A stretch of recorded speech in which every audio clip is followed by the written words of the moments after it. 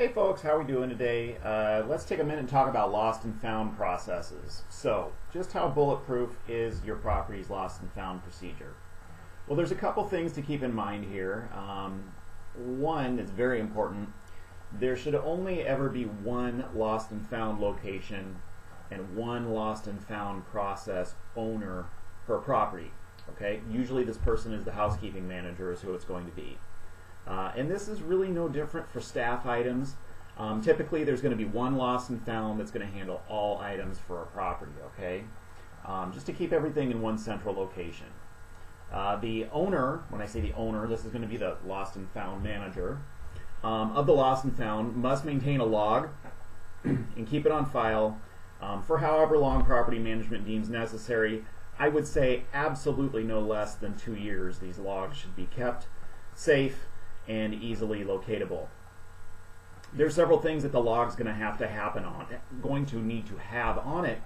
At a minimum, we're talking the date the item was found, where an item was found, who found it, where the item is going to be kept, and the item description. This can include things such as color, brand, quantity of an item, so on and so forth. And then it's got to have the attempts to contact, so dates and who we attempted to contact, and then when and how the item was disposed of. That can be if it was returned to the owner, and then of course clearly when, and or if it was actually disposed of, or if it was donated or something such as that. We'll have a sample lost and found log elsewhere within one Regency that you can use should you not already have one ready to go at your property. All items are kept secured on hand for a minimum of 90 days unless a perishable item. Items are always kept in a secured and enclosed storage area, cabinet or closet. Perishable items such as food, things like that, are going to really be up to management discretion on how long those items are kept, if they're kept. If it's something that's pretty substantial, you might want to make contact with the guest. That's going to be kind of a management call usually.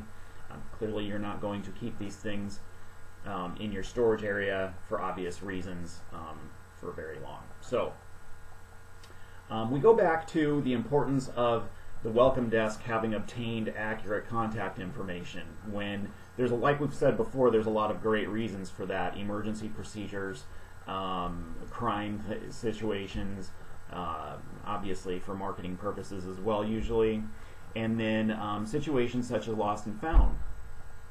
We want to make a proactive effort to reunite our guests with their items. What we might think is a minor item, they may not think that. So it's always best for the lost and found owner or manager to make a proactive effort to contact our guests who may have left something behind. This is obviously very crucial for things that are considered valuable, such as purses, phones, wallets, credit cards, jewelry, items such as that. But even clothing items and children's toys, stuffed animals and the like.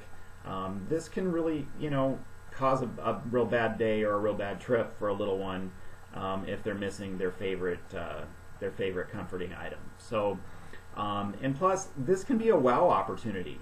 Properties that I have worked at that make a proactive effort to reunite guests with their items, it's not real common that happens. Some properties just kind of look at it like, oh, it's the guest's fault, they left their things behind. If it's that important to them, they'll contact us. I've got other things to do. Well, you know what? We're Regency Hotel Management. We're not going to look at it like that. Okay? We're going to make proactive effort. Our welcome desk surely got accurate information or verified the guest information at check-in. And so we've got great emails or phone numbers in order to contact our guests and get them reunited with their things. They're going to love it, and they're going to come back again. Okay? Never once has this left a bad impression on someone. Going back to valuable items, again, what is considered valuable can be left up to different people to make decisions on that, but usually things such as purses, wallets, phones, credit cards, jewelry should be handled in a very urgent manner for obvious reasons. Sometimes these are kept in the hotel safe instead of in the designated lost and found location where the owner, the lost and found owner manager is going to maintain. They're still going to be put on the log, obviously, Everything gets put on that log, folks. But sometimes these are kept in other areas, such as, like I said, a safe or a cash register drawer, something such as that.